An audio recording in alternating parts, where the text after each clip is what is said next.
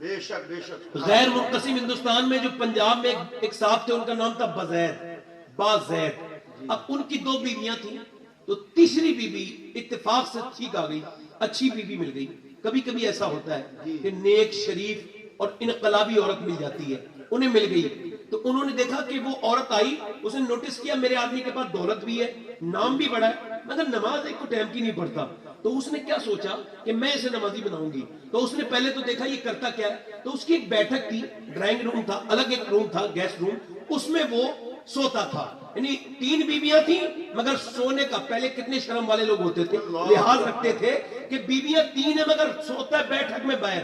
اللہ اکبر، یہ شرم اور لحاظ ہوتا تھا. اس سے نسلیں بدلی تھی. پہلے شرم اور حیا تھی، اب تو میاں اپنے دوست کو ہی آدمی گھر میں گھسار لے کے آتا ہے. اسے شرم ہی نہیں کہ میری دوستی ہے، میری بیوی کی تھوڑی دوستی ہے، میری دوستی ہے میری بہن کی تھوڑی دوستی ہے. یہ بدتمیزی شروع ہو گئی اور یہ بہت بڑی بدعت شروع ہو گئی معاذ اللہ. اب میری طرف دیکھیں آپ. اب اس نے دیکھا کہ یہ رات کو سوتا ہے، تو اسے جو ہے نا وہ نوکر دودھ لا کے دیتا ہے. یہ نوکر سے اس نے کہا تم دودھ لے کے نہیں جاؤ گے، میں لے کے جاؤں گی. اس نے جو ہے نا وہ دودھ کا پیالہ نوکر سے لے لیا. نوکر کی حساب بحثات کتنی ہوتی ہے وہ ہٹ گیا. یہ لے کے گئی اور شام کا وقت، رات کا وقت تھا. اور چودھری نے دیکھا دودھ لے کے آئیے، کہا آپ کیوں لے کے آئیں؟ کہا میرا زیادہ حق بنتا ہے اور آپ کی خدمت کا. کہا اچھا ٹھیک ہے. دودھ پی لیا. بولی اگر چودھری صاحب اجازت ہو تو پاؤں دبا دوں. کہا ٹھیک ہے. اس نے پاؤں دبانے شروع کر دیے. کوئی آدھا گھنٹے تک پاؤں دبائے تو چودھری سونے لگا، آنکھوں میں نیند آنے لگی. دباتے دباتے اس نے دیکھا چودھری سونے لگا. تو بولی چودھری صاحب آپ کو تو نیند آ رہی ہے، اگر آپ کو برا نہ لگے تو پھر میں آپ کو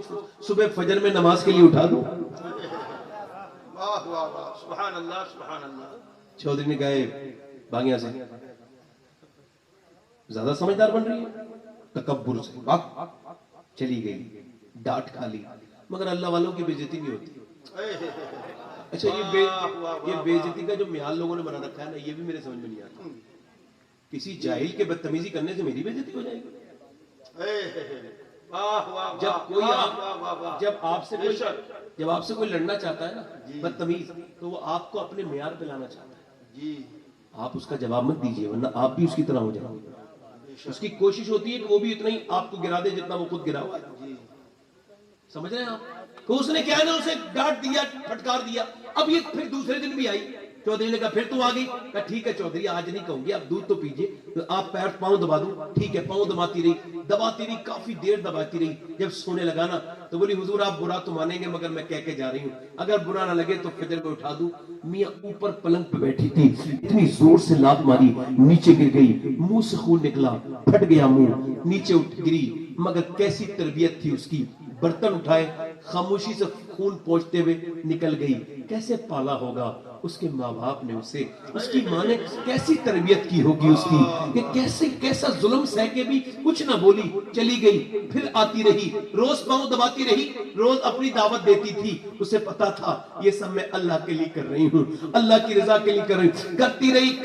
کرتی رہی اور ہوا یوں، توجہ کریں کہ ایک دن چودھری نے خود ہی پوچھ لیا یہ بتا کہ یہ تو اتنے اچھے گھر کی عورت ہے، تیرا باپ بھی بڑا آدمی ہے، تو بھی چودھری کے گھر کی ہے، مگر تو یہ اتنی ذلت سہتی ہے، روز میں تجھے ڈانٹتا ہوں، میں نے تجھے مارا تک ہے، یہ کہنا بند کیوں نہیں کرتی؟ تو معلوم ہے سادہ لفظوں میں بولی بات یہ ہے چودھری کہ میں جو ہے نا وہ نمک حرام نہیں ہوں، نمک حلال ہوں، آپ کا نمک کھاتی ہوں. اگر آپ جہنم میں جائیں گے تو یہ مجھے اچھا نہیں لگے گا، جو نماز نہیں پڑھے گا اسے جہنم ٹھکانا ہوگا. اللہ اکبر. چودھری نے اتنا سنا تھا، آنکھوں میں آنسو آ گئے. کہ صبح کو چودھری اٹھا دوں، کہ تو مت اٹھانا، میں تجھ کو اٹھا دوں گا. اب دوسرے دن چودھری نے اٹھایا. دونوں جب سجدے میں گئے تو بی بی بھی سجدے میں گئی اور جا کر کے رونے لگی، مالک یہاں تک لانا میرا کام تھا، میں کمزور عورت ہوں، عورت ذات ہوں، دل میں نہیں بدل سکتی، دل بدلنا یہ تیرا کام ہے. اے بے پناہ طاقتوں والے میرے آدمی کا دل بدل دے. ایسا اللہ کا کرم ہوا کہ پھر کبھی چودھری کی تہجد کی نماز بھی قضا نہیں ہوئی. دونوں کے درمیان جب بچہ پیدا ہوا تو وہ سلطان العارفین سلطان باہو تھا، جس نے کہا تھا تسبیح پھری پر دل نہیں پھریا، کی لینا تسبیح پھر کے ہوں، علم پڑھا پر ادب نہ سکھیا، کی لینا علم نہ سکھے ہوں. مطلب ماں باپ اگر نیک ہو جائے تو اولاد پھر اللہ کے ولی کے شکل میں پیدا ہوتی ہے. نعرہ تکبیر، نعرہ رسالت، جلسے شہید اعظم کانفرنس. بیٹا یہ بیٹے چائے والے اے بیٹے چل چل چائے روک دو بیٹے، جاؤ جاؤ میرے بیٹے جاؤ. ادھر دیکھیے میں کیا کہہ رہا تھا، جب ماں باپ نیک ہوتے ہیں تو سلطان باہو جیسے بچے پیدا ہوتے ہیں. ان کا کلچر وہ پنجابی ہے. اگر آپ پنجابی جانتے ہوتے تو آپ کو ضرور پتا ہوتا کہ کون ہے سلطان باہو. سبحان اللہ. بچے نیک ہوتے ہیں، ماؤں کا اثر بچوں پر. زیادہ لمبی تقریر نہیں کرنی ہے مجھے، آپ کا لحاظ بھی رکھنا ہے، تقریر بھی کرنی ہے. اب میں یہ عرض کرتا ہوں آپ سے کہ 1-2 سگریٹ پینے سے اگر دل کا دورہ پڑتا تو کوئی پی لیتا سگریٹ؟ نہیں، کوئی نہیں پیتا. 20-25 سال محنت کر کے دل کا دورہ پڑتا ہے، ہسپتال میں جاتا ہے آدمی، ڈاکٹر کہتا ہے تم نے سگریٹیں اتنی پی ہیں. آپ غور کریں، ایک سگریٹ بندہ اگر ایک باتھ روم میں پی دے، دوسری بار کوئی باتھ روم میں جائے تو اسے گھنسی آتی ہے. جب اندر اتنا ایک کمرے میں اتنا تعفن پھیلا دیتا ہے وہ، تو جب وہ دھواں اندر جاتا ہوگا تو کیا حشر کرتا ہوگا اندر کا. اب آپ بتائیں 1-2 سگریٹ پینے سے تھوڑی لمبی ڈبیاں پی کر کے پھر کہیں دل کا دورہ پڑتا ہے، ڈاکٹر کہتا ہے کہ دل آپ کا بیکار ہو گیا، اب اس میں یہ آپ کے وہ پڑے گا بال. وہ کہتا ہے اب نہیں پیوں گا. ارے اب کیا نہیں پیو گے، اب تو کھیل ختم ہو گیا، سگریٹ تمہیں پی چکی ہے. 1-2 گٹکا کھانے سے معاف کیجئے گا کینسر نہیں ہوتا ہے. لمبی محنت کے بعد پھر ایک دن اچانک جو ہے نا خبر آتی ہے کہ بھائی جان آپ اب مایوس ہو جائیے اور اب آپ بچنے والے نہیں ہیں. خدا کے واسطے ذرا غور کیجئے، جس کے پیغمبر نے آخری کام دانتوں کا صاف کرنا کیا ہو، حدیث سے ثابت ہے حضور نے آخری کام مسواک کیا تھا. اس کے امتیوں کو یہ اس طرح کی چیزیں، اللہ کی رحمتیں آواز نہیں دیتی میں نے تیرے لیے بادام بنائے، میں نے تیرے لیے انجیر بنائے، میں نے تیرے لیے کشمش بنائے اور تو یہ کیا کھا رہا ہے، میں نے تو تیرے لیے بہترین چیزیں بنائی ہیں. اور یار غور تو کرے، ایک دم یہ کام ہوتا نہیں. جی واہ بے شک. لوگ کہتے ہیں کربلا میں امام نے میزے پہ چڑھ کے قرآن پڑھ دیا. میں کہتا ہوں انہوں نے ایک دم قرآن پڑھ دیا. نہیں، پہلے آپ بیک گراؤنڈ میں آئیے. پہلے مولا علی ہے.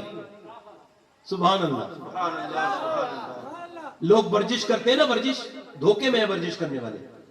اب تو مر تک رہے ہیں ورزش کر کے، یعنی کس طرح کے انجیکشن لگوا لیتے ہیں اور وہ جسم کو پھولوا دیتے ہیں معاذ اللہ. یہ سب ٹھیک لگتا ہے مسلمان لڑکوں کو کرنا؟ ارے تمہارے لیے تو بہترین ورزش موجود تھی.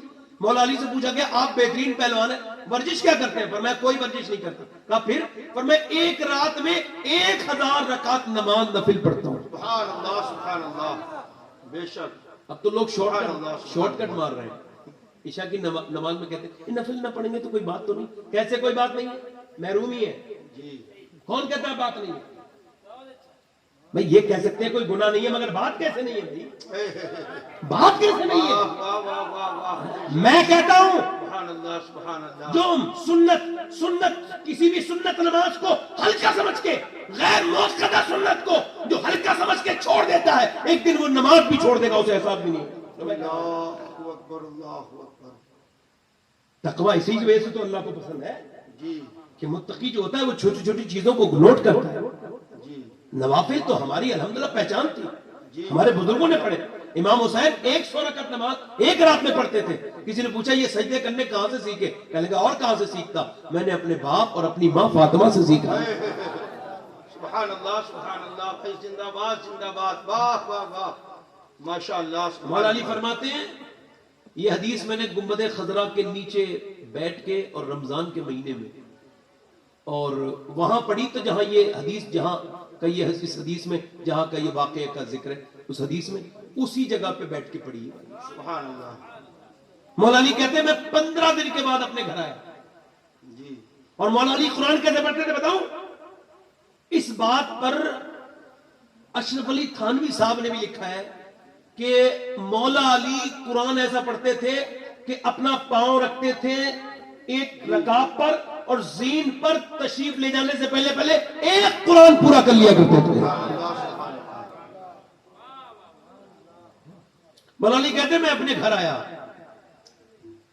کہتے جب میں نے اپنے گھر پہ دستک دی نا 15 دن کے بعد تو میری بیوی نے دروازہ کھول کے مجھے مسکرا کے سلام کر دیا. سبحان اللہ. سبحان اللہ. عورتیں آج جو ہے نا تعویذوں کے چکر میں پڑ رہی ہیں، ادھر والا تعویذ ادھر والا تعویذ. کوئی میرا شوہر مجھ سے محبت کرنے لگے، میری کہنا ماننے لگے. یار یہ ایک بے وقوفی نظر نہیں آتی؟ یہ جن کے گھروں میں خود کے معاملات ٹھیک نہیں ہیں ان سے تعویذ لے کے آ رہی ہو، سمجھ میں نہیں آتے معاملات. اللہ اکبر، ذرا غور کریں آپ، اس طرح کے معاملات چل رہے ہیں. وہ کہہ رہی صاحب وہ یہ جو تعویذ دینے والا ہے نا 2000 5000 روپے والا، یہ جس کے گھر میں خود برکت نہیں ہے، برکت کے تعویذ دے رہا ہے. آپ سمجھ رہے نہیں؟ آپ کریں، توجہ کریں. میں یہ عرض کرنا چاہتا ہوں آپ سے کہ یہ کہتے ہیں بھائی اسے جو ہے نا یہ کر دے اور وہ یہ تعویذ. یار میں بتاتا ہوں تعویذ کون سا. میں اپنی ہر بیٹی کو تعویذ بتا رہا ہوں، میں اپنی ہر بہن کو تعویذ بتا رہا ہوں، میں حضور کی امت کی ہر لڑکی کو تعویذ بتا رہا ہوں کہ جب تیرا شوہر گھر